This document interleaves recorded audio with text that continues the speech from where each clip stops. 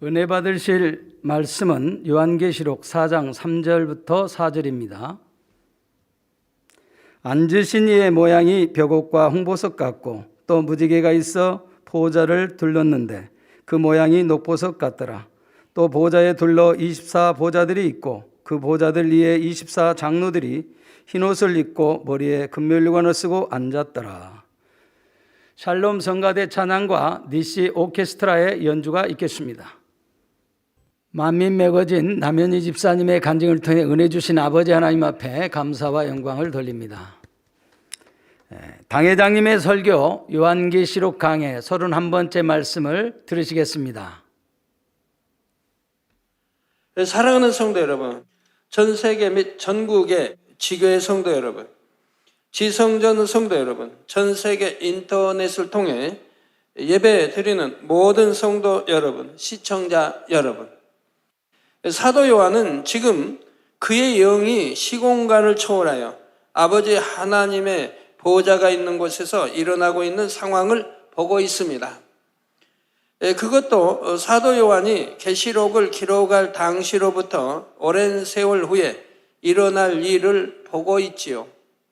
이처럼 하나님께서 특별히 허락하시면 영은 시공간을 초월하여 과거로도 미래로도 어느 곳이라도 갈 수가 있다는 사실입니다.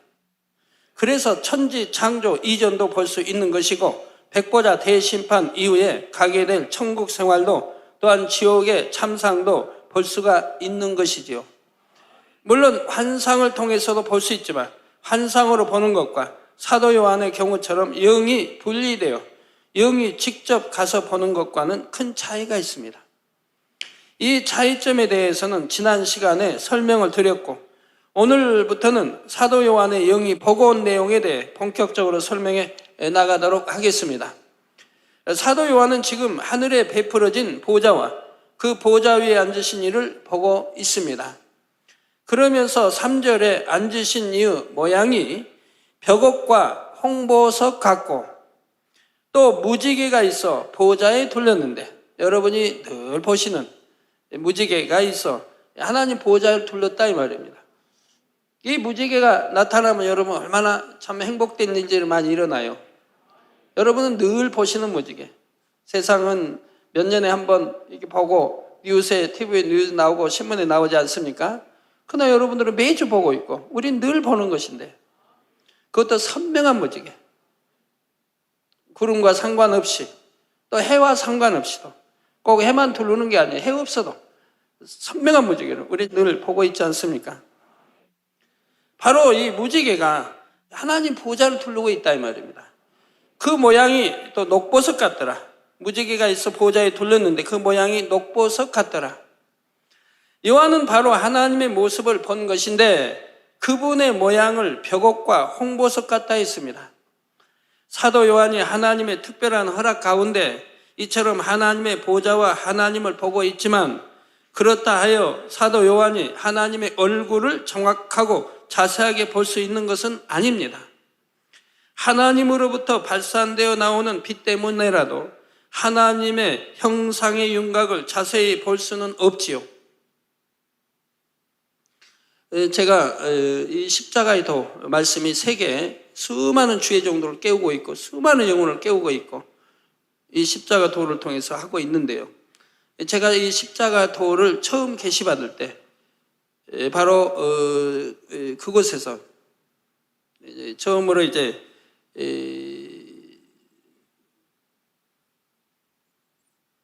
계시받을 때 바로 이제 그 영안이 열려서 하나님 보좌를 보는데요. 하나님의 얼굴은 볼 수가 없었습니다. 보좌, 빛만 보여주세요.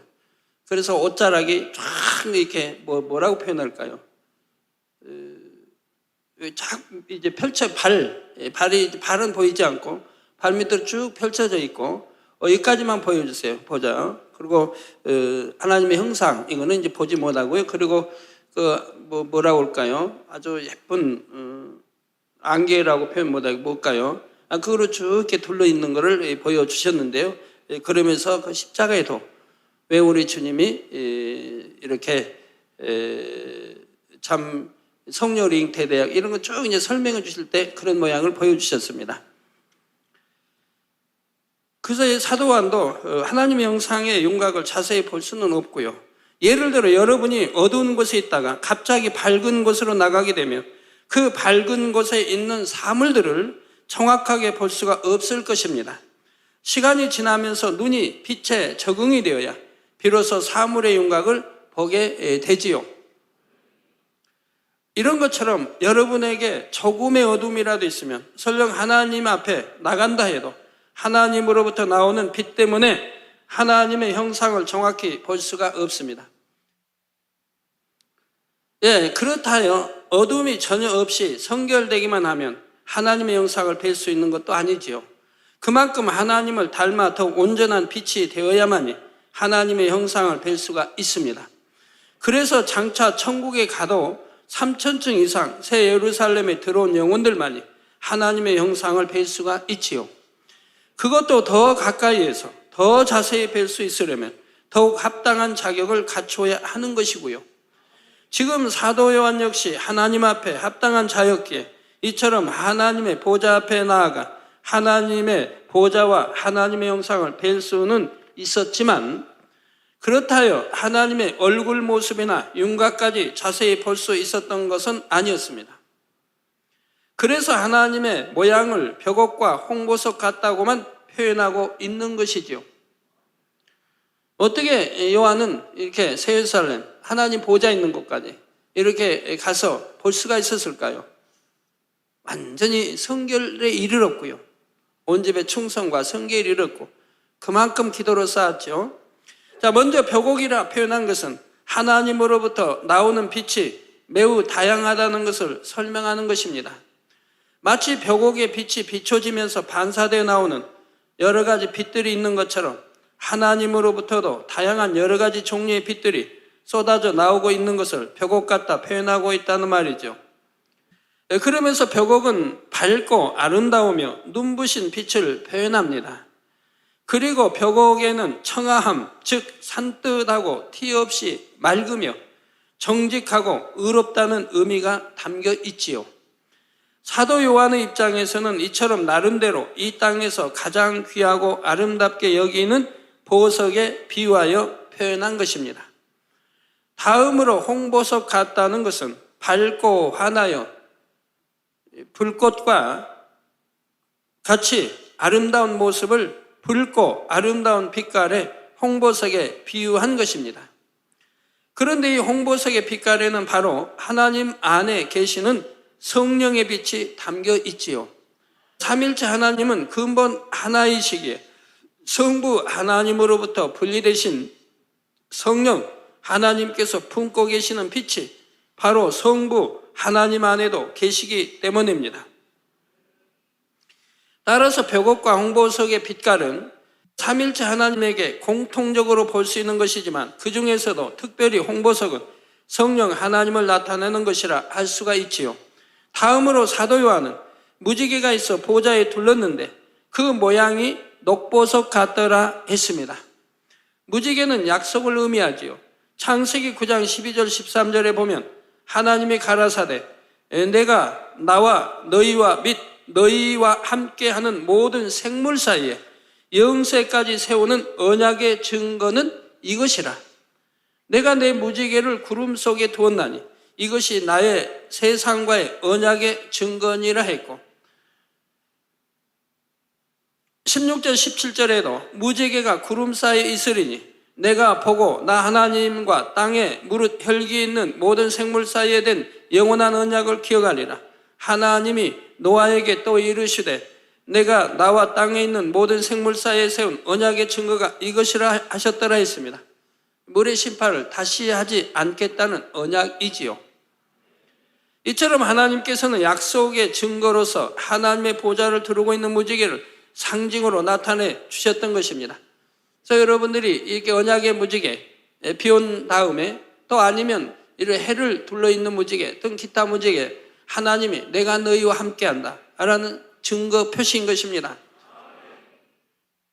사람 사이에도 어떤 약속을 할 때 그것을 보증하기 위해 어떤 징표를 주듯이 하나님께서도 세상과의 언약의 증표로서 친히 하나님의 보좌를 두르고 있는 무지개를 징표로 주셨다는 사실입니다. 마치 하나님의 보좌를 두고 맹세하는 것과 같다고 할 수 있지요. 따라서 무지개를 보여주신다는 것은 하나님께서 주신 약속의 말씀에 대한 언약의 징표로서 보여주시는 것입니다. 세상의 사람들은 무지개를 자연현상의 하나로만 해석하려고 하지만 하나님을 믿는 사람들이라고 하면 무지개가 하나님의 언약의 징표임을 알아야 하지요. 더욱이 사람의 과학이나 지식으로 설명되지 않는 무지개가 나타난다고 하면 하나님께서 왜 언약의 상징인 무지개를 그처럼 희한한 모양으로 보여주고 계신지 당연히 그 의미를 궁구해 보아야 할 것입니다. 성도 여러분, 무지개란 보통 소나기 등 비가 온 직후에 태양 반대편에 나타나는 반원 모양의 채광을 말합니다. 공기 중에 수증기의 빛이 반사되어 나타나는 현상이라 지식은 말하고 있지요. 그런데 본교회는 지난 1998년 5월 15일부터 희한한 모양의 무지개가 나타나기 시작했습니다. 바로 태양 주위를 동그랗게 두른 원형 무지개이지요. 그리고 원형 무지개를 보여주신 이유에 대해 하나님께서는 내가 너와 함께 한다라는 의미임을 알려주셨습니다. 그날 이후로 지금까지 우리 만민의 성도님들은 이루 말할 수 없을 만큼 갖가지 희한한 모양의 무지개들을 보아왔지요. 그렇다면 어떻게 해서 이러한 일이 가능한 것일까요? 그것은 하나님의 공의 가운데 합당한 조건을 통과했기 때문입니다. 하나님께서는 무조건 초자연적인 현상을 임의로 나타내 주실 수 있는 것은 아니지요. 공의에 맞아야 나타내 주실 수가 있습니다. 그런데 그 공의에 맞는 조건을 통과했기에 하나님께서는 우리 성도님들에게 갖가지 희한한 무지개를 보여주심으로써 성도님들이 믿음과 확신을 가질 수 있도록 역사해 주고 계신 것이지요. 다시 말해 이미 값을 치르고 공의의 조건을 만족시켰기 때문에 성도님들께서는 하나님께서 베푸신 놀라운 역사들을 보면서 더 큰 믿음을 가질 수 있게 되었다는 말입니다. 그러므로 여러분이 보는 무지개는 꼭 일하늘의 법칙에 맞추어서 환경과 조건이 갖추어져야 보이는 무지개가 아니라 아버지 하나님께서 공간을 열어 보여주고 계시다는 사실입니다. 때로는 둘째 하늘의 공간을, 때로는 셋째 하늘의 공간을, 때로는 넷째 하늘의 공간까지도 열어서 무지개를 보여주고 계시죠. 넷째 하늘까지 열어 보여주시는 것은 사중 원형 무지개가 됩니다. 셋째 하늘, 삼중, 둘째 하늘, 이중, 우리 첫째 이 하늘, 우리가 보는 하늘에는 원형 하나의 무지개에서 4개까지 보여주셨죠. 넷째 하늘까지 아버지가 근본이 계시는 곳이 넷째 하늘이니까요. 그래서 하나님께서 본 재단에 보여주고 계신 무수한 무지개들은 세상에 사람들은 보지 못하는 것들이 많습니다. 일하늘에 보여주시는 무지개는 세상 사람들도 볼 수가 있겠지만 둘째 하늘 이상의 공간을 열어 보여주시는 무지개는 세상 사람들이 볼 수 없는 것입니다. 그런데 우리 성도님들은 영의 공간에 있는 무지개도 볼 수가 있습니다. 그런데 하나님께서 보여주시는 무지개에는 각각 의미가 있습니다. 예를 들어 하나의 원형 무지개를 볼 때는 너와 나 곧 모두가 진리 안에서 하나라는 의미입니다. 너와 나 곧 모두가 진리 안에서 하나라. 아버지 하나님께서 자녀 삼으시고 하나님의 섭리 가운데 하나됨을 이루어 가신다는 약속의 의미가 있는 것입니다. 또한 이중, 삼중의 원형 무지개는 하늘이 분리되어 있음을 보여주는 것으로서 이중 원형 무지개는 둘째 하늘을 열어서 삼중 원형 무지개는 셋째 하늘까지 열어서 보여주시는 것이지요. 즉 예를 들어 삼중 원형 무지개는 첫째, 둘째, 셋째 하늘에 떠있는 무지개가 동시에 겹쳐져서 보이는 것이라는 말입니다. 다음으로 여러 가지 대칭 무지개는 아버지 하나님의 하나의 공간 안에서 모든 것이 이루어지게 된다는 의미입니다. 결국 삼일체 하나님의 역사로서 모든 것이 베풀어진다는 약속의 의미를 담고 있는 것이지요. 앞으로는 여러분이 무지개에 담긴 이러한 영적인 의미들을 알고 보시기 바랍니다. 그냥 보시지 말고요. 영적인 의미를 알고 보시면 더 은혜가 되지 않겠습니까? 그래서 보실 때마다 더 큰 믿음이 되시고 또한 둘째, 셋째, 넷째 하늘의 공간을 통해 펼쳐주시는 더 희한하고 놀라운 무지개들을 많이 보실 수 있기를 주님의 이름으로 축원합니다. 한편 사도 요한은 하나님의 보좌를 두른 무지개의 모양과 거기서 나오는 빛을 녹보석에 비유하고 있습니다. 사도 요한은 여러 가지 빛들을 내는 무지개의 모양을 자신이 아는 지식 안에서 녹보석에 비유한 것이지요. 이 녹보석에는 하나님의 굳건하심과 단단하고 용맹스러움의 의미가 담겨 있습니다. 성도 여러분, 세상에서도 레이저 쇼와 같은 것을 보면 순간순간마다 두드러지는 빛이 달라집니다. 어떤 때는 붉은 빛이, 어떤 때는 푸른 빛이, 어떤 때는 흰 빛이 주로 비추면서 때로는 여러 가지 빛들이 함께 빛을 내기도 하지요. 그렇다면 이것을 보는 사람마다 각각 자신이 알고 있는 지식의 한계 안에서 그 장면을 설명하는 내용이 다를 것입니다. 몇 가지 특징적인 색깔만을 대표적으로 들어서 설명하는 사람도 있을 것이고, 혼합된 색깔을 어떻게든 비슷한 색에 비유하여 설명하려는 사람도 있겠지요.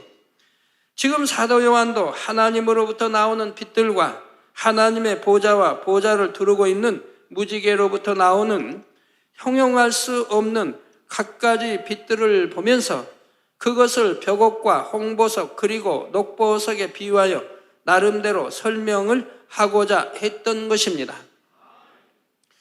그러므로 여러분은 본문의 내용을 보시면서 하나님과 하나님의 보좌로부터 나오는 빛을 벽옥, 홍보석, 녹보석이라고 하는 몇 가지 보석의 색으로만 한정 지을 것이 아니라 얼마나 다양한 형형색색의 빛들로 빛나고 있는지를 영감 가운데 느껴보시기를 바랍니다.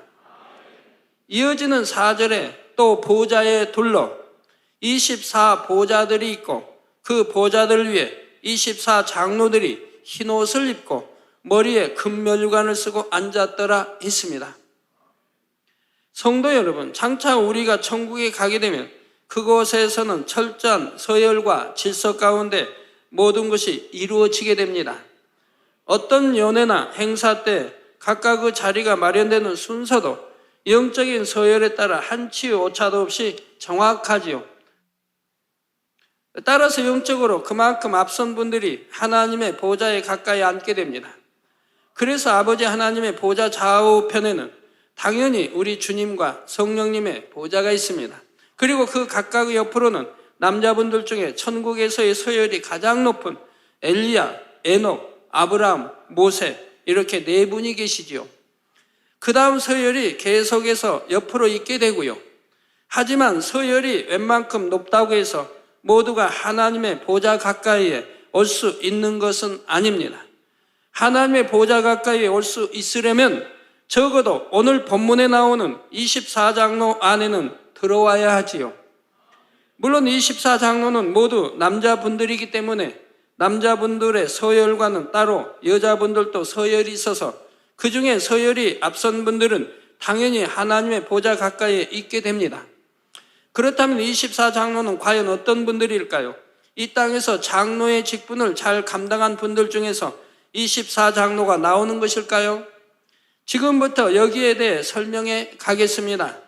여러분 모두가 믿음과 소망 가운데 이 말씀을 들으시고 여러분 안에서도 24장로 안에 들어가는 분들이 나올 수 있기를 주님의 이름으로 축원합니다. 사랑하는 성도 여러분, 장차 천국에 가게 되면 이 땅에서 각 사람이 영으로 이룬 정도에 따라 각각의 처소가 정해지게 됩니다. 또한 같은 처소 안에서도 영적인 서열이 정확하게 정해지지요. 24장로라면 당연히 먼저는 새 예루살렘의 진주문을 통과하여 들어온 사람입니다. 이게 새 예루살렘의 12문, 동서남북, 가로 6천리, 세로 6천리, 높이 6천리, 새 예루살렘. 그럼 한 변리 이렇게 문이 3개씩 있어서 12문이 있습니다. 바로 진주문이죠. 여기를 통과해 들어와야 새 예루살렘에 들어오는 것이라 이 말입니다. 그래서 보면은 성경에 참 자세히 나와 있는데도 어떤 분들은 계시가 아니라 해도 나와 있는데 어떤 분은 천국 가면 하나만 생각해요. 무슨 천국이 뭐 나눠져 있냐고. 나눠져 있죠. 그러니까 천국은 침노하는 자가 빼앗는다고 하는 거 아닙니까? 낙원에서 1천, 2천, 3, 4천 빼앗는 것이고 새 예루살렘도 나오고 낙원도 나오고 셋째 하늘도 나오고 나오는 거 보지 않습니까? 그리고 계시록에도 문들을 통하여 열심히 두루마기 빨아 성결된 사람 문들을 통하여 거룩한 성에 들어가기 위해서 열심히 새 맞불을 새 두루마기를 빠르라고 하는 거 아닙니까? 거룩한 성에 들어가기 위해서 문들이 하나가 아니니까 1 통과하고 2 통과하고 3 통과하고 그리고 이제 또 4 통과해서 들어가기 때문에 그런 것이라 이 말입니다. 그래서 24장로라면 당연히 먼저는 새 예루살렘의 진주문을 통과해 들어온 사람입니다. 온전히 성결되었고 생명 다해 온 집에 충성한 사람들이지요. 여러분들 새 예루살렘에 들어가시고 싶으십니까? 그럼 빨리 성결되면 되잖아요. 악은 모양이라도 버리고 성결되면 되지 않습니까? 그 온 집에 충성하시면 되지 않습니까? 왜 어렵습니까 그게?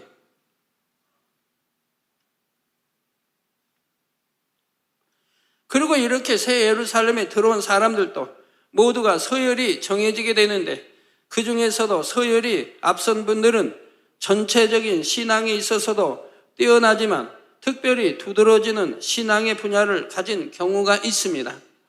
예를 들어 믿음, 소망, 사랑, 충성, 선, 진실, 절개 등 각 분야에서 가장 뛰어난 보석 같은 마음을 이룬 사람들이 있는 것이지요.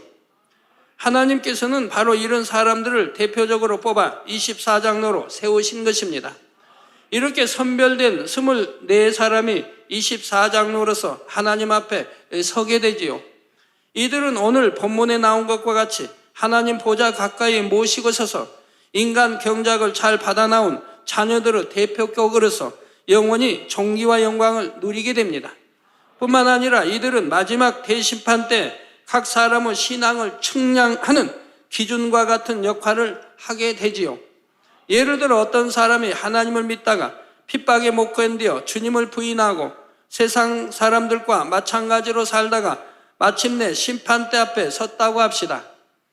그는 어떻게든 심판을 면해보고자 자신의 입장에서 열심히 변명할 것입니다.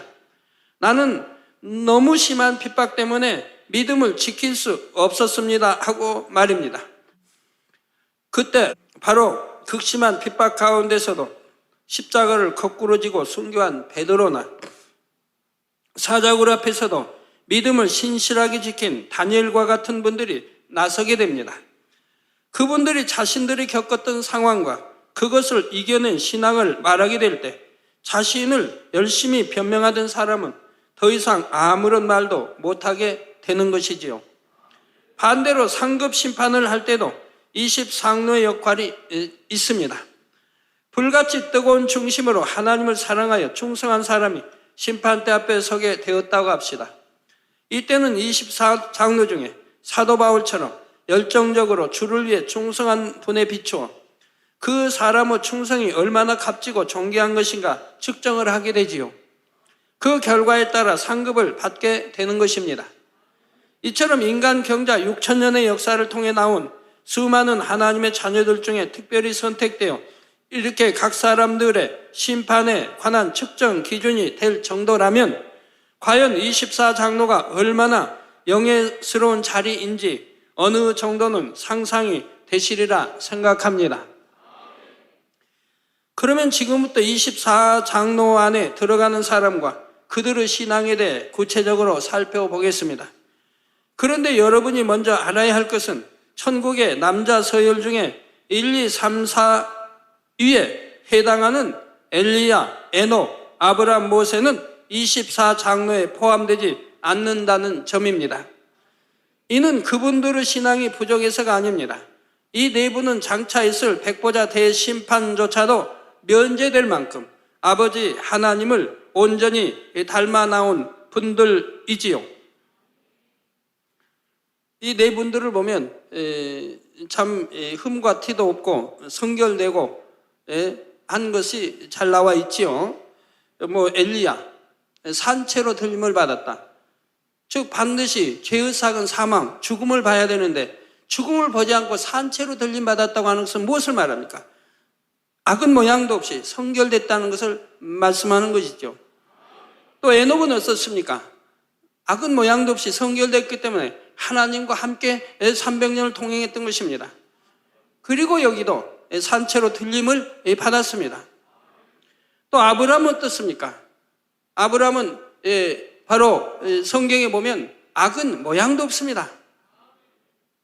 그리고 믿음의 조상이 되었습니다.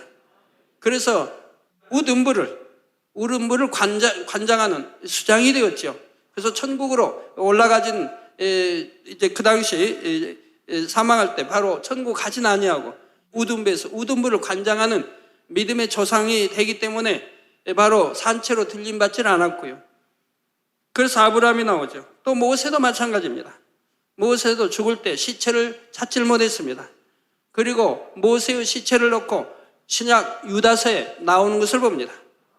미가엘 천사장과 원수마귀하고 이 시체를 놓고 싸우는 장면이 나옵니다. 그만큼 그들은 성결됐고 바로 모세도 하나님이 이 지상의 모든 사람보다 온유함이 가장 승했다고 말씀합니다. 그만큼 성결되었다 이 말입니다.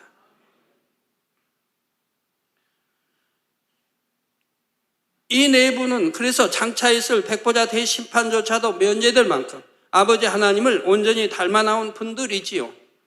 그래서 24장로보다도 더 높은 차원에서 영광을 누리게 되는 것입니다. 24장로와는 별도로 하나님 보좌 좌우편에 더 가까이에서 삼일체 하나님을 보좌하게 되죠. 그래서 하나님 보좌가 있으면 좌우편에 이제 성부, 또 성자, 성령, 그리고 한 계단에서 네 분, 그리고 또 한 계단 내려서 또 24장로의 서열이 이렇게 정해져 있습니다. 따라서 24장로에 들어가는 가장 첫 인물은 남자 서열 중에서는 5위에 해당하는 사도 바울입니다. 제가 지금 서열을 말씀에 이렇게 나누는데 어떤 분들은 그걸 어떻게 알 수 있습니까? 말도 안 된다 생각하실지 모르지만 말도 안 되는 것을 제가 말하는 게 아니라 말이 되는 것을 말합니다. 즉 하나님께서 천국과 지옥을 저에게 쓰게 하실 때 이런 세미한 것까지 다 설명해 주셨기 때문에 제가 천국 지옥도 썼고 이러한 것을 설명하는 것이라 이 말입니다. 이러한 것을 밝게 알도록, 그래서 세상이 공포하도록 했기 때문에 제가 이러한 것을 내가 임의대로 지어냈고 임의대로 말한다고 하면 저는 하나님이 저를 가만두시겠습니까? 천국을 어지럽히는 자고 거짓으로 천국을 증거하는 자인데 하나님이 가만두시겠느냐 이 말입니다. 그리고 천국 2서열, 즉 서열 6위에서 10위에 해당하는 인물 중에 아직 정확하게 알려주지 않으신 서열 9위의 인물을 제외한 나머지 분들도 모두 24장로 안에 들어가게 됩니다. 그 사도 베드로, 사도 요한, 다윗, 사무엘이지요. 그렇다 하여 서열 9위에 해당하는 인물이 24장로에 들어가지 않는다는 뜻은 아닙니다. 아직 아버지 하나님께서 그가 누구인지 정확히 말씀해 주지 않으셨기에 아직은 확정적으로 말씀드리지 못하는 것이죠. 자, 일단 24장로 중에 5명을 말씀드렸는데 그들의 뜨거운 신앙과 순결한 삶에 대해서는 여러분이 성경을 읽어보시면 너무나 잘 알 수 있는 분들이지요. 한번 주를 만난 후에 평생을 주께 헌신하였던 사도 바울의 열정은 어떠하였습니까? 발이 닳도록 돌아다니며 주의 복음을 전하다가 말로 다 표현할 수 없는 고난을 당했지만 그는 한 번도 힘들다 불평하지 않았습니다. 여러분들 좀 하나님이라고 힘들다고 불평하는 분들 참 이해가 안 되는 일이죠. 또 무엇 때문에 속상해서 열심히 내지도 않고 이해가 안 되죠. 어떤 고난 속에서도 낙심하지 않고 오직 주님의 영광만을 생각했으며 자신과 같은 죄인을 구원하여 영광의 도구로 쓰신 하나님께 감사만 드렸지요. 예를 들어 한 번은 유대인들이 바울을 돌로 쳐서 죽은 줄 알고 마치 쓰레기처럼 성 밖에 내다 버린 일도 있습니다. 거의 대부분은 이런 일을 당하고 나면 두려워서라도 잠시 주춤할 수가 있지요. 그러나 바울은 이런 일을 당하고도 너무 힘든 일을 겪었으니 잠시 쉬어야겠다, 이런 생각조차 하지 않았습니다. 사도행전 14장 20절에서 21절에 보니 제자들이 둘러섰을 때에 바울이 일어나 성에 들어갔다가 이튿날 바나바와 함께 더베로 가서 복음을 그 성에서 전하여 많은 사람을 제자로 삼았다고 했습니다. 여러분, 그 성에서 돌에 맞아 지금 죽은 줄 알고 버렸는데 지금 하나님이 다시 살려줬습니다. 다시 그 성에 들어가더라면 두렵고 겁나서도 못 들어갈 거 아니고 다른 데로 도망가지 않겠습니까? 그런데 사도 바울은 아니라 이 말입니다. 바울이 일어나 성에 들어갔다가 이튿날 바나바와 함께 더베로 가서 복음을 그 성에서 전하여 많은 사람을 제자로 삼았다 이 말입니다. 죽음의 문턱에서 간신히 살아난 상황에서도 정신이 들자마자 이처럼 이튿날 곧장 다시 선교 여행을 떠난 것입니다. 하루를 쉰 것도 아니었고 오히려 더베라는 곳에 가서 복음을 전파하여 많은 사람을 제자로 삼았다 했지요. 돌에 맞아 죽었다가 살아났으면 며칠 요양한다 할 수도 있는데 아니라 이 말입니다. 주를 위해서라면, 주의 나라를 위해서라면 이처럼 자신의 생명이나 몸은 상관없이 열정적으로 생명 다해 헌신했던 사도 바울이었습니다. 성도 여러분, 사도 바울도 우리와 같은 사람입니다. 돌에 맞고 태장에 맞으면 아픈 줄도 알고 먹지 못하면 배고픔의 고통을 느끼며 추위와 더위도 느끼지요. 배가 파선하여 깊은 바다를 떠다닐 때나 광야를 하루 종일 걸어 여행하려면 어찌 힘들지 않겠으며 어찌 피곤하지 않겠습니까? 바다에서 이렇게 빠져 있다고 하면 얼마나 춥겠습니까? 더군다나 햇빛도 없는 밤에는 얼마나 춥겠고요. 믿었던 사람들에게 또 배신을 당하고 이방인들과 동족조차도 그를 배척하며 죽이고자 자신을 쫓아다닐 때 어찌 하루라도 마음 편히 지낼 수 있었겠습니까? 그러나 오직 하나님의 영광을 위하여 또한 죽어가는 영혼들을 구원하기 위하여 그 모든 것을 무릅쓸 수가 있었던 것입니다. 자신의 정과 욕심 모든 것을 포기하고 주님께만 다 내어 드렸던 것이지요. 그렇다면 여러분은 과연 사도 바울에 비할 때 얼마만한 열심과 충성으로 하나님의 나라를 위해 달려왔는가 돌아보시기 바랍니다. 때로는 자신의 연단에 지쳐 맡은 영혼들이 시들어가는 것을 보고도 그냥 방관하여 두지는 않았는지요? 하나님의 나라를 위해 자신의 자리를 지켜야 할 때 힘들다거나 자신의 유익을 구하려는 어떤 이유로 그 자리를 떠나지는 않았습니까? 마치 지금 여러분이 심판대 앞에 서서 사도 바울을 대면하고 있는 것처럼 여러분 자신을 한번 돌아보시기 바랍니다. 그래서 여러분도 주의 일을 위해 달려감이 있어서 여러분에게 주어진 사명이나 책임을 무거운 짐으로 느끼며 갈 것이 아니라 사도 바울과 같이 감사와 기쁨으로 갈 수 있기를 주님의 이름으로 부탁드립니다. 이제 다음 시간에는 계속해서 24장로 중에 오늘 알려드린 베드로, 사도 요한, 다윗, 사무엘의 신앙에 대해 말씀드리고 이어서 하나님께서 지금까지 알려주신 나머지 인물들에 대해서도 계속 설명드리겠습니다. 사랑하는 성도 여러분, 24장로는 장차 천국에서 너무나 영광스러운 위치에 서게 됩니다. 새 예루살렘에 들어간다는 것만으로도 이루 말할 수 없는 영광인데 그 중에서 특별히 선택되어 각 분야에 있어서 인간 경작의 모델과 같이 인정받았다는 것은 너무나 큰 영광이지요. 그러니 여러분도 당연히 나도 24장로의 반열에 들어가면 좋겠다 이런 소망을 가져볼 수가 있지요. 그런데 그 영광이 결코 쉽게 주어진 것이 아닙니다. 죄를 피 흘리기까지 싸워버리고 성결되어 생명을 다한 충성을 인정받았을 뿐만 아니라 그 중에서도 더욱 특별히 인정받을 만큼 진액을 다 쏟아 부었던 사람들에게 24장로의 영광이 주어진다는 사실입니다. 우리 남성누님들, 우리 장로님들 한번 도전해 보시죠.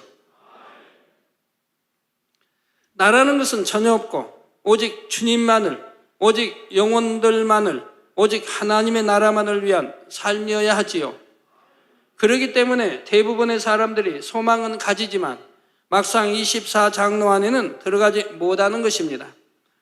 어떻게 하면 24장로 안에 들어간다는 것은 알지만 실제로 그대로 행하는 사람은 거의 없다는 말이지요. 누가 과연 정말 그렇게 할 수 있을까? 성경상에 나오는 믿음의 선진들이나 그렇게 할 수 있겠지 하며 포기해 버리고 맙니다. 하지만 여러분 그래서는 안 됩니다. 더군다나 여러분은 육천 인간 경제, 하나님 인간 경작 중에 여러분들이 신앙생활을 가장 잘할 수가 있는 분들입니다. 왜? 여러분들처럼 수많이 그 많은 기사 표적 권능을 보신 분들이 역대 없다 이 말입니다. 선진들은 없었다 이 말입니다.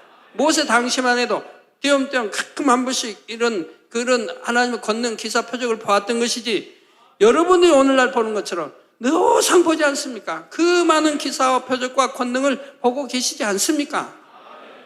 이 여러분들의 신앙생활이 얼마나 좋아요. 100% 믿을 수 있는 신앙생활, 하나님 100% 신뢰할 수 있는 그런 신앙생활을 얼마든지 할 수 있는 것인데, 하지만 여러분은 믿음의 선진들은 그렇게 할 수 있겠지 하며 포기해버리는 일이 결코 없어야 합니다. 분명 여러분 중에서도 24장로에 들어가는 분이 나올 것이며 그에 못지않은 분들이 나와야 할 것이고 또 그렇게 될 것을 믿습니다. 물론 여인들 중에서도 높은 서열의 분들이 많이 나올 것이고요. 그러므로 여러분은 믿음과 소망 가운데 여러분의 목표를 향해 쉼없이 전진해 가시기를 바랍니다. 마태복음 11장 12절에 세례 요한의 때부터 지금까지 천국은 침노를 당하나니 침노하는 자는 빼앗느니라 말씀대로 저 천국은 왜 침노를 당한다고 합니까? 왜 하나님이 계신 천국이 침노를 당해야 됩니까? 바로 천국은 침노를 당하나니 침노하는 자는 빼앗는다 이 말입니다. 즉 열심히 침노해서 낙원 통과하고 그 다음 또 문 1,000층 통과하고 또 문 2,000층 통과하고 또 문 3,000층 통과하고 그 다음에 거룩한 성 새 예루살렘 이 진주문을 통과해 들어가야 하지 않겠습니까? 그래서 침노한 자는 빼앗느니라 말씀대로 합당한 자격을 갖춘 사람을 위해 예비된 천국 새 예루살렘의 그 아름다운 영광을 열심히 침노에 들어가는 여러분이 되시기를 주님의 이름으로 축원합니다. 들으신 말씀을 생각하시며 기도하시겠습니다. 사랑의 아버지 하나님, 오늘은 요한계시록 강의 31번째 사도 요한의 영이 시공간을 초월하여 보고 온 내용에 대해 들었습니다. 하나님 아버지 모양이 벽옥과 홍보석 같다 표현한 이유에 대해 드렸으며 언양의 중표로 무지개를 주셨는데 목자님께서 그 공예에 맞는 조건을 통과하셨기에 우리 만민에게 갖가지 희한한 무지개를 보여주므로 성도인들이 믿음과 확신을 가질 수 있도록 역사해 주신다 하셨습니다. 하나님 아버지께서 무지개는 각각 의미가 있다 하셨습니다. 원형 무지개는 내가 너와 함께한다는 의미이고 이중 삼중 무지개는 하늘이 분리되어 있음을, 또 삼중 원형 무지개는 첫째 둘째 셋째 안에 떠있는 무지개가 동시에 겹쳐 보이므로 이렇게 보인다 하셨습니다. 또 여러 가지 대칭 무지개는 하나님의 공간 안에서 모든 것이 이루어진다는 의미가 있다 하셨습니다. 24장로는 장차 천국에 너무나 영광스러운 위치에 서게 되며 예루살렘 들어간다는 것만으로 이루 말할 수 없는 영광인데 그 중에 특별히 선택되어 각 분야에 있어서 인간 경작의 모델이 될 만큼 인정받았다는 것은 큰 영광이며 죄를 피 흘리게 싸워 버리고 성결되어 생명을 다한 충성을 받았을 뿐만 아니라 진액을 다 쏟아 부었던 사람에게 주어진다는 사실이라 말씀을 주셨습니다. 나라는 것은 전혀 없고 오직 주님만을, 오직 영혼들만을 위해 하나님 나라만을 위해 살아가는 우리 모든 만민이 다 돼야 되겠습니다. 모든 것 감사드리옵고 우리 주 예수 그리스도 이름으로 기도하옵나이다. 아멘. 당 회장님의 환자를 위한 기도를 받겠습니다. 아픈 곳이나 연약한 곳 위에 손을 얹고 기도받으시고 아프지 않는 분들은 가슴에 손을 얹고 마음에 손을 올리해 믿음으로 기도받으시기 바랍니다. 할렐루야. 전능하신 사랑의 아버지 하나님, 이 시간 기도받는 모든 성도님들 위해 안수하여 주옵소서. GCN과 인터넷과 화상을 통해 기도받는 지교회와 지성전 그리고 전 세계 하나님의 자녀들 위에도 시공간을 초월하여 역사하여 주시기를 원합니다. 믿어지는 믿음을 주시고 부정적인 생각과 의심의 세력을 물리쳐 주옵시며 모든 시험 환난도 물리쳐 주옵소서. 머리부터 발끝까지 오장육부 뼈 마디마디 온몸의 신경 조직 세포 등 아픈 곳마다 성령의 불로 태우시고 근본의 빛으로 역사하여 주옵소서. 예수 그리스도의 이름으로 명하노니 원수마귀 사단 모든 질병 균 연약함아 물러가라. 빛이여 임하라. 모든 불치 난치병도 성령의 불로 태워 깨끗하게 역사하여 주옵소서. 말라리아를 비롯한 모든 풍토병도 물리쳐 주옵소서. 감기, 기침, 열, 몸살, 독감 등 각종 유행성 질병도 다 물러가라. 어떠한 유행성 질병 균도 틈타지 않게 지켜 주옵소서. 위암, 폐암, 간암, 유방암, 자궁암, 대장암, 피부암 등 각종 암과 에이즈, 백혈병, 뇌졸중, 고혈압, 저혈압, 심장병, 폐병, 위장병, 당뇨, 부인병, 피부병, 갑상선 질환과 모든 염증도 깨끗게 하여 주옵소서. 소아마비, 중풍, 관절염, 디스크도 온전케 하여 주옵소서. 요통, 두통, 신경통을 비롯한 모든 통증은 사라질지어다. 간질, 자폐증, 우울증, 조울증, 노이로제 등 모든 정신질환도 물러가라. 모든 마비된 것도 풀어지고 일어나 걷고 뛸지어다. 눈도 잘 보이게 하옵시고 귀도 잘 들리게 하여 주옵소서. 소경은 눈을 뜨고 기머거리는 들으며 벙어리는 말할지어다. 각종 사고, 후유증도 깨끗게 하시고 부러진 뼈도 붙여 주옵소서. 화상 입은 것도 온전케 하옵소서. 화기야 물러가라. 열도 물러가라. 아버지 흉터도 나지 않게 역사해 주시기를 원합니다. 마약을 비롯하여 각종 약물과 독극물 중독도 깨끗함을 입을지어다. 죽은 신경과 세포가 살아나며 죽은 자도 살아나게 하여 주옵소서. 잉태의 축복도 주시기를 원합니다. 잉태 축복을 받으라. 예수 그리스도의 이름으로 명하노니 원수마귀 사단아 하늘 공중 곳에 잡은 악의 영들아 물러가라. 그의 사자들도 물러갈지니라. 이 땅의 악한 영, 더러운 영, 거짓되고 간사한 영, 이간질하고 미혹하는 모든 어둠들은 물러가라. 모든 흉악의 결박을 풀고 어둠아 물러가라. 빛이여 임하라. 아버지 하나님, 부르짖어 기도할 수 있는 능력을 주시고 죄를 버리고 성결될 수 있는 능력을 주옵소서. 영혼이 잘됨같이 범사에 잘되게 하시고 가정의 복음화도 이루어 주시기를 원합니다. 한 주간도 모든 사고와 재앙으로부터 지켜주시고 불통이 없는 형통한 삶을 살 수 있도록 축복해 주옵소서.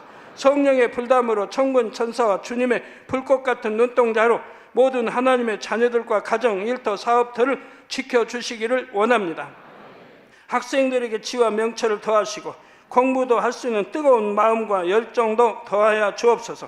마음과 생각을 세상에 빼앗기지 않도록 지키시고 하나님을 뜨겁게 사랑하는 학생들로 축복하여 주옵소서.